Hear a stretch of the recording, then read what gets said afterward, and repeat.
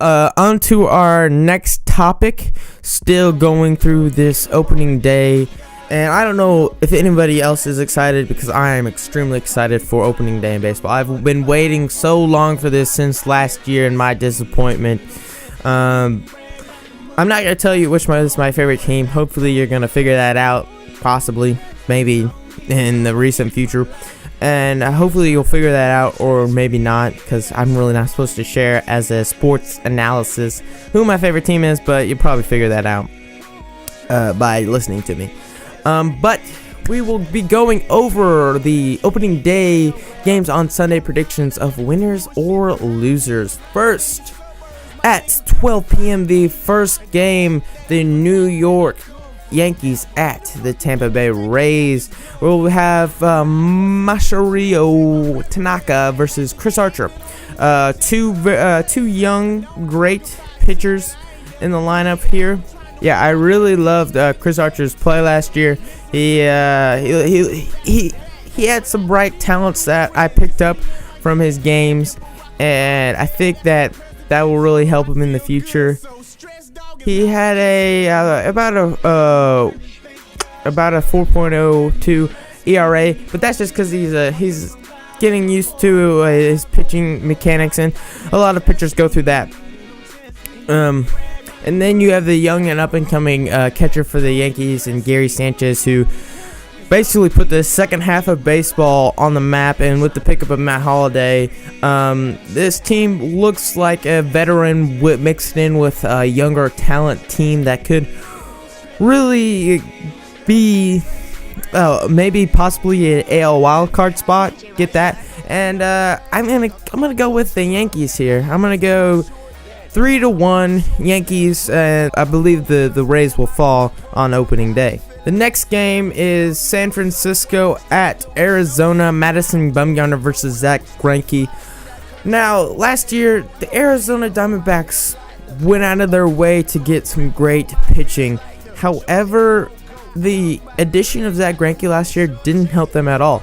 I don't know what happened to Zach Greinke last year, but he didn't look like Zach Greinke. And I don't know what really looks like Zach Greinke, because he's kind of a weird guy. I feel like the best time Zach Greinke was a pitcher was when he was with the Royals. Or maybe that was just because he was the only great pitcher playing for the Royals then. But he was really hot then. And then it just seems like he's been on the decline. Because I remember games where he pitched for the Dodgers, and they were playing a team that did not have the same pitching rotation, starting pitching lineup as the Dodgers had, and they were getting creamed. You don't get it. I feel like the Dodgers with Zach Greinke had a chance, had great teams to make it to the World Series, but I feel like he hasn't shown his ace potential since he played for the Royals, and I don't know if he just gets into that spotlight and he just freezes. But he needs to fix that, because he is a great pitcher. And I believe he won the Cy Young. I believe he won the AL Cy Young with the Royals. Don't quote me on that if that's wrong, but I believe that's true. And then they're facing the Madison Bumgarner, who pretty much tore up the Royals in the 2014 World Series game. This guy single-handedly did that, and he still looks like a great pitcher today, and he's young too. I believe let me look this up. He's a young pitcher still. Yeah, he's 27 years old. That's Chris Archer's a young pitcher, but he's 28 years old, and he's just now finding himself. Madison Bumgarner found himself like 2 years ago, and with Buster Posey and Hunter Pence, I believe this is just, it'll be, the San Francisco Giants will be too much for the Arizona Diamondbacks to handle. I'm going to go a 4-2 win, Giants over Arizona. And then to the final game of the night at 7:30 p.m., the one I will be watching, the one that I will be giving back to you and sharing my analysis of. Chicago Cubs, the World Series championships at Busch Stadium versus the new improved St. Louis Cardinals. As I mentioned in my top 10 primetime sports power rankings, the Cardinals did pick up Chicago Cubs center fielder Dexter Fowler, who basically really helped the Cubs last year in the World Series championship. I mean, you got to think about it. The St. Louis Cardinals had Jason Hayward in that 100-game win year, 100-game win season, and then Jason Hayward dipped out and went to the Cubs, which I could tell that was gonna happen. However, the way it happened really did not feel at ease to Cardinals fans, and I can understand that. And then when Dexter Fowler decided to come to the Cardinals, I feel like they feel the same way, but now I feel like we're even. However, Jason Hayward is more of a defensive player. It doesn't hit, and I feel like Dexter Fowler just has a little bit of both. So I'm excited to see what he brings to the Cardinals, being the number one guy in the starting lineup. And not only that, Aledmys Diaz has a chance to prove his defensive skills this year. He's second in the lineup. I love him at that spot. And Matt Carpenter finally gets to show his power and doesn't have to be the first in the lineup guy this year. He gets to be a power hitter, and Cardinals fans haven't really got to see that much. The Cubs are always a juggernaut. I know that ESPN has them winning this game. I know that John Lester is an animal against the Cardinals. He always shuts them down. It's hard to hit off him with what the Cardinals have in their lineup right now, a bunch of young players that aren't as patient as Dexter Fowler and Matt Carpenter. And the Cubs lineup is always just phenomenal.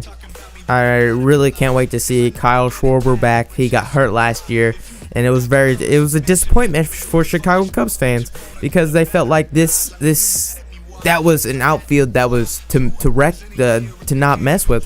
Schwarber, Hayward, Fowler, and then Schwarber went down, and you kind of missed out on what he could bring to the table. Now we get to finally see what he brings with the young guns such as Bryant and Rizzo. And Bryant last year really showed that possibly this year he can win an NL MVP. I don't believe Rizzo can.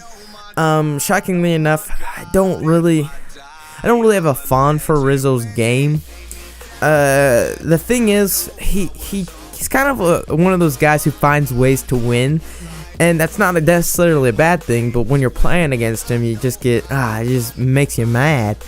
He gets close to the plate, so it forces pitchers to either hit him or throw balls, or throw right down the middle where he likes it.